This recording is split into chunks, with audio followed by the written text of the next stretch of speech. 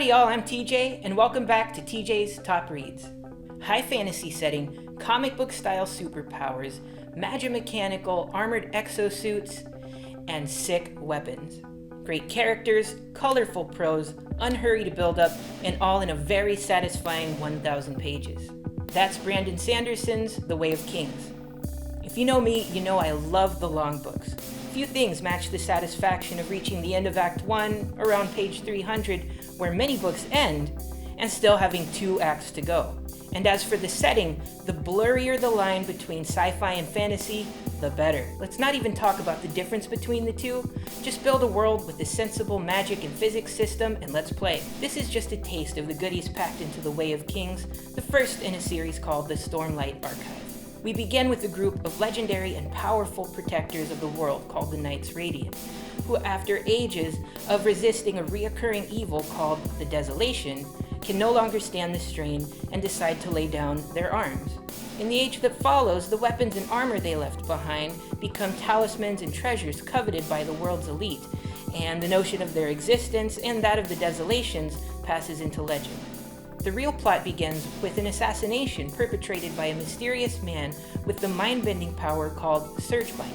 Among other things, he can shift his personal gravity in any direction, allowing him to crawl on ceilings, walk on walls, and even fly.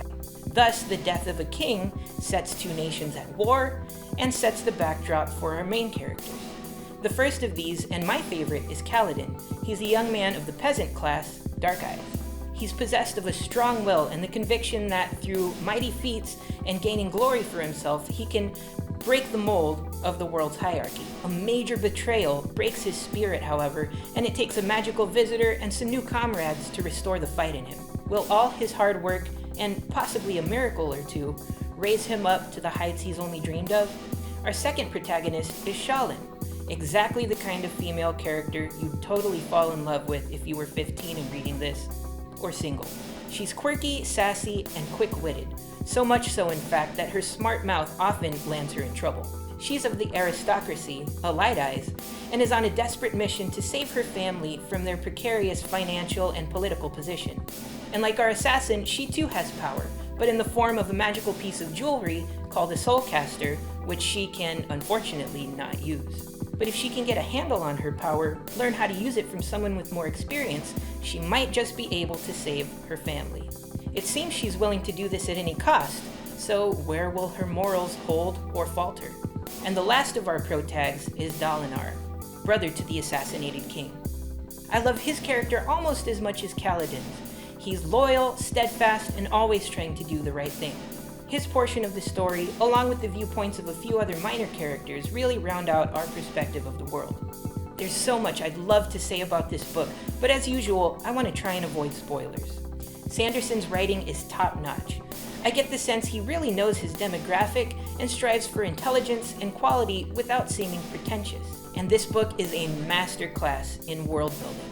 It's plain to see that Sanderson has really thought out the characters, creatures, history, and culture of the world. A very unique global weather system has even affected the adaptation of the flora and fauna, a seemingly simple yet ingenious detail. And the magic system is great fun, one of those that leaves you daydreaming, wishing you too were a Surge Binder or a Soulcaster. And the magic is powerful, but with this sensible controlling factor that neither creates nor works in spite of plot holes. Incidentally, Sanderson is known for interesting magic systems in his other books as well. His style is really vivid to me, expressing a full spectrum of colors and never getting stuck in a rut or a particular mood.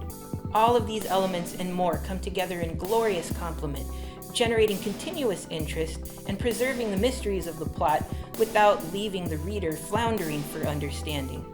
This was the first Sanderson book I ever read, and it kicked off a multi-novel binge that solidified my fanhood and has even influenced my own creativity. The second book in the series is Words of Radiance, and it continues the plot with the same superb level of writing. This book absolutely deserves to be on my must-reads list, so do yourself a favor. Go grab a copy of The Way of Kings, or any Sanderson book for that matter, and dive in head first. So are you a Sanderson fan? Are you one of the many out there like me who would love to see this particular series hit the silver screen? Leave your thoughts in the comments below. And if you like this video, hit that like button and consider subscribing for more videos like these. Thank you so much for watching. I'm TJ, and I'll see you next time on Cleverbox.